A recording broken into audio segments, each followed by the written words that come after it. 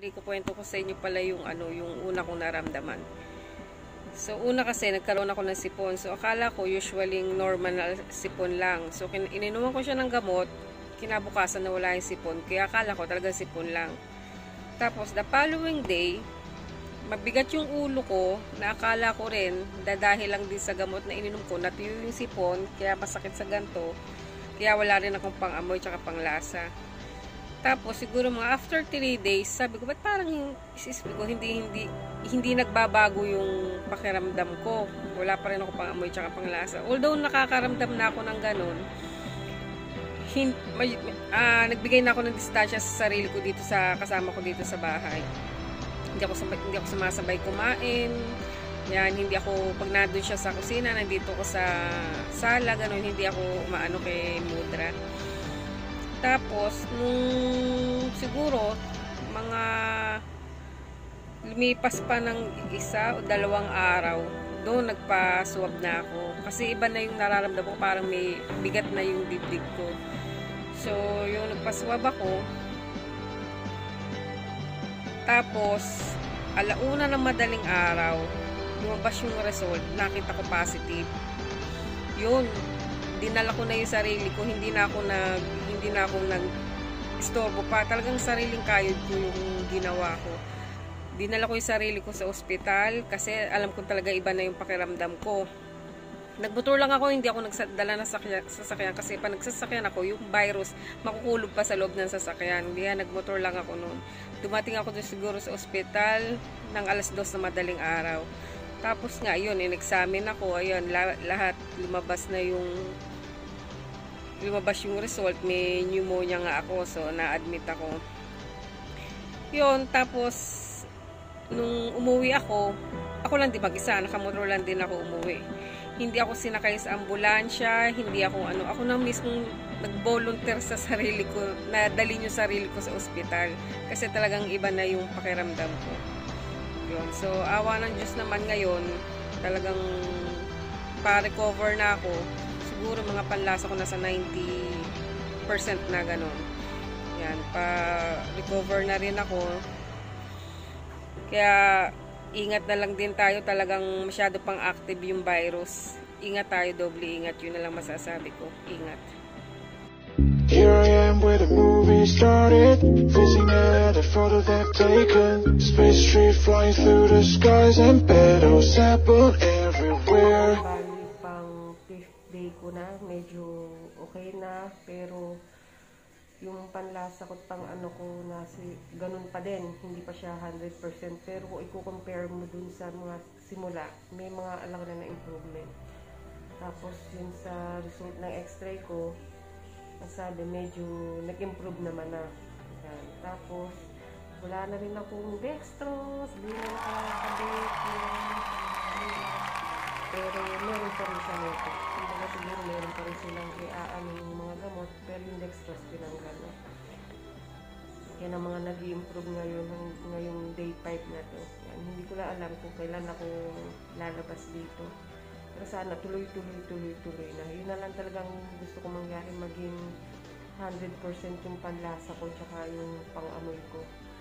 Yan. Hindi na ako nagtatae. Yun, hindi na rin ako masyadong hingal. Yan. May improvement.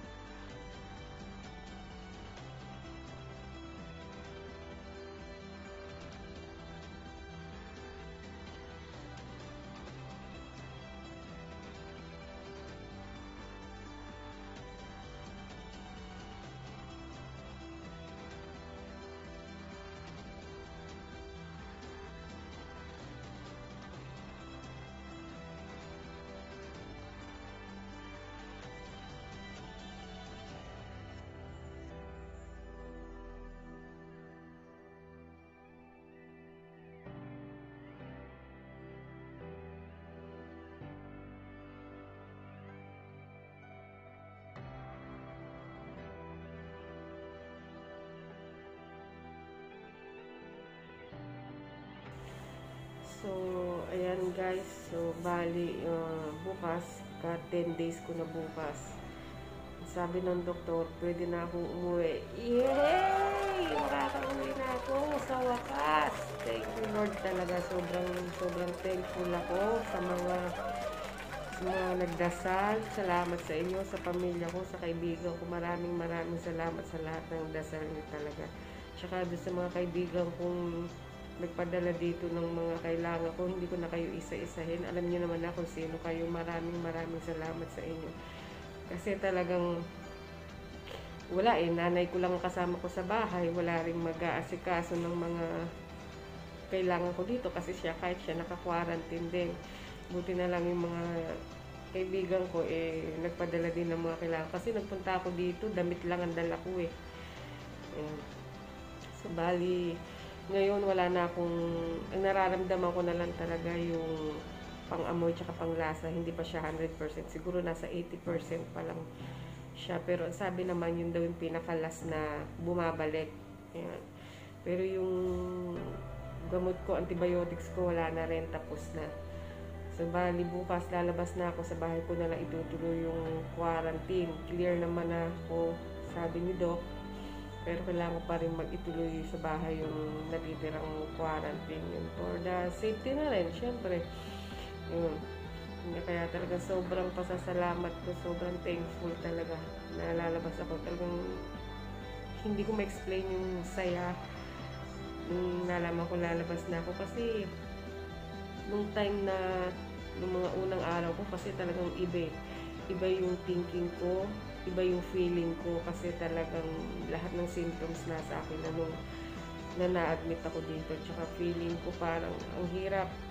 Talagang tutulungan mo rin talaga ang sarili mo kasi nung time na pumasok ako dito, hindi mo alam kung lalabas ka pa ba ng tao o lalabas ka na abo.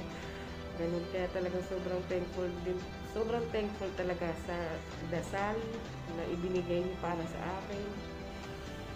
Maraming salamat talaga sa inyo. Tsaka doble ingat na tayo talaga, lalo na ngayon dumadami pa yung cases, although may bakuna na hindi pa rin may mga natatakot pa rin sa bakuna, kaya talagang doble ingat pa rin tayo.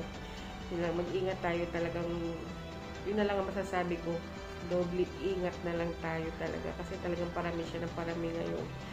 Yan. This is it. Tatanggalin na ko. Uwi na ako. Woo!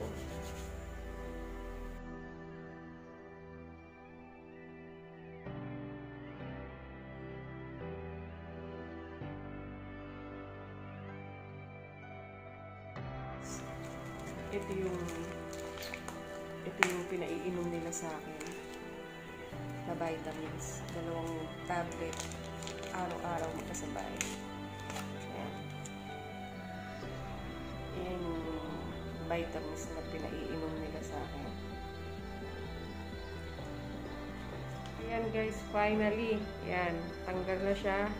Ayan, uuwi na ako ngayon, lalabas na ako ngayon. Talagang sobrang thankful ako sa mga pamilya ko, sa kaibigan ko, sa mga dasal nyo. Napakalaking tulong na nagawa nyo. At talagang sobrang saya ko rin. Talagang nakasurvive ako dito sa itong COVID na ito. Talagang hindi ko ma-explain yung feeling ko sa sobrang saya. Yan. So, bali, naghihintay na lang ako ng isa billing na lang. Yan ang hinihintay na lang para ma-discharge na ako. Bali, ingat tayo guys, masyado pang active ngayon yung virus, lalo na ngayon padami talagang hindi biro to. Kung lalabas man tayo, talagang doble ingat na lang tayo. So ayan guys, ako uuwi na, hatid ako ni ate.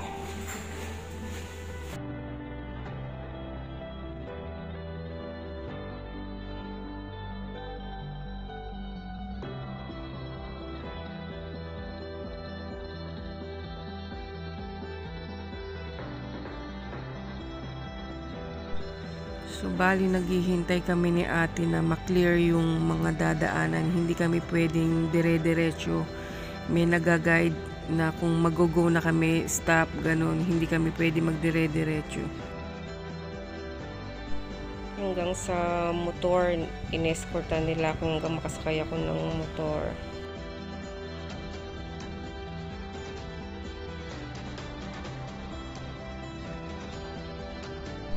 Tapos yung pag-uwi ko sa amin, dinisinpect ko muna lahat ng gamit, hindi ko siya ipinasok. Tapos binilad ko rin sa araw yung ibang gamit.